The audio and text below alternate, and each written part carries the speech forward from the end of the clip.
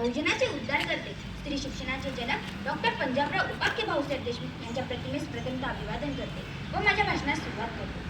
सह्याद्रीच्या खुशीतून एक हिरा चमकला, भगवा टिळा चंदनाचा शिवनेरीवर प्रगटला, हातात घेऊन तलवार तो शत्रूवर गरजला, महाराष्ट्रात असा एक राजा होऊन गेला, महाराष्ट्रात असा एक राजा होऊन गेला.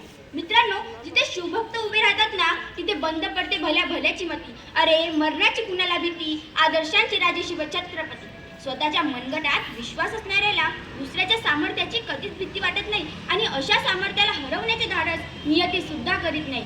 विजयी सारखे तलवार चालवून गेला, निधड्या छातीने हिंदुस्थान हलवून गेला, वाघ नख्याने अफजल खानाचा पुतळा पाडून गेला, मुठभर मावळ्यांना घेऊन हजारो सैतानांना लढून गेला, स्वर्गात गेल्यावर देवानी ज्याला झुकून मुजरा केला, असा एक मर्द मराठा माझा शिवबा होऊन गेला, असा एक मर्द मराठा माझा शिवबा होऊन गेला. नमो मातृभूमी जिथे जन्मलो मी, नमो आर्यभूमी जिथे वाढलो मी, नमो धर्मभूमी जिच्याच कामी, पडो हेय बाजा सदा ती नमामी, सदा ती नमामी. परमपवित्र माझ्या या मातृभूमीला नमस्कार. सन्माननीय गुरुजन वर्ग व माझ्या मित्रमैत्रिणींनो, मी आज तुमच्याशी एका अशा महान व्यक्तीबद्दल बोलणार आहे ज्याचा मला तुम्हाला नाही तर संपूर्ण देशाला अभिमान आहे. अभिमान आहे. मित्रांनो, 350 वर्षापूर्वी आपल्या महाराष्ट्र भूमीला एक कर्तृत्ववान वीरपुत्र मिळाला, ज्याने आपल्या स्वतःच्या पराक्रमाने, शौर्याने, धाडसाने आणि जिद्दीने होत्याचं नव्हतं आणि नव्हत्याचं होतं करून मुठभर मावळ्यांच्या जोरावर महाराष्ट्र भूमीवर भगवा फडकवला. त्यावेळी अनेक परकीय सत्ता महाराष्ट्रात धुमाकूळ घालत होत्या.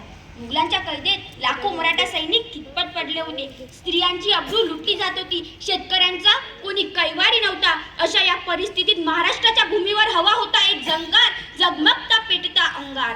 अखेर ती वेळ आली. सह्याद्रीची गर्जना झाली.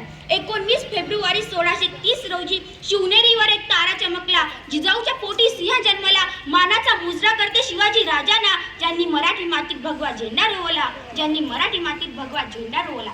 गेल्या कित्येक वर्षापासून अंधारात चाचपणाऱ्या महाराष्ट्राच्या माथ्यावर जणू प्रकाशाचे किरण पसरू लागले.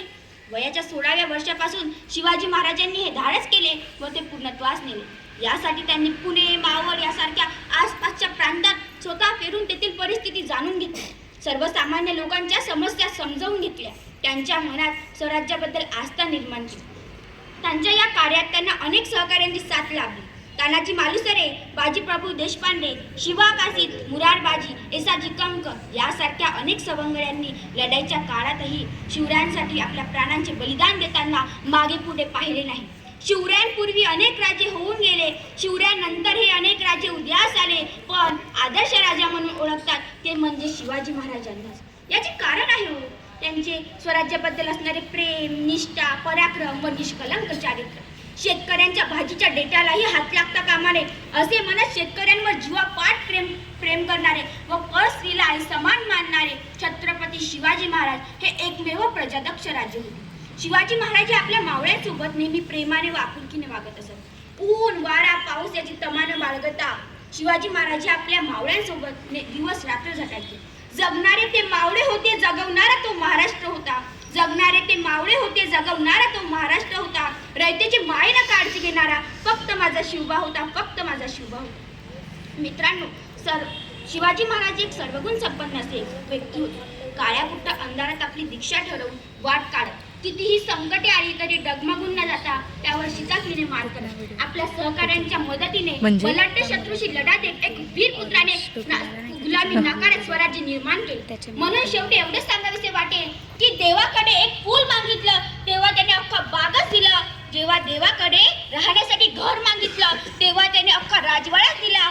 जेव्हा देवाकडे पिण्यासाठी पाणी मागितलं तेव्हा त्याने अख्खा समुद्र दिलं. परंतु जेव्हा देवाकडेच देव मागितला तेव्हा त्याने छत्रपती शिवाजी महाराजांसारखा देव माणूस दिला. तेव्हा त्याने छत्रपती शिवाजी महाराजांसारखा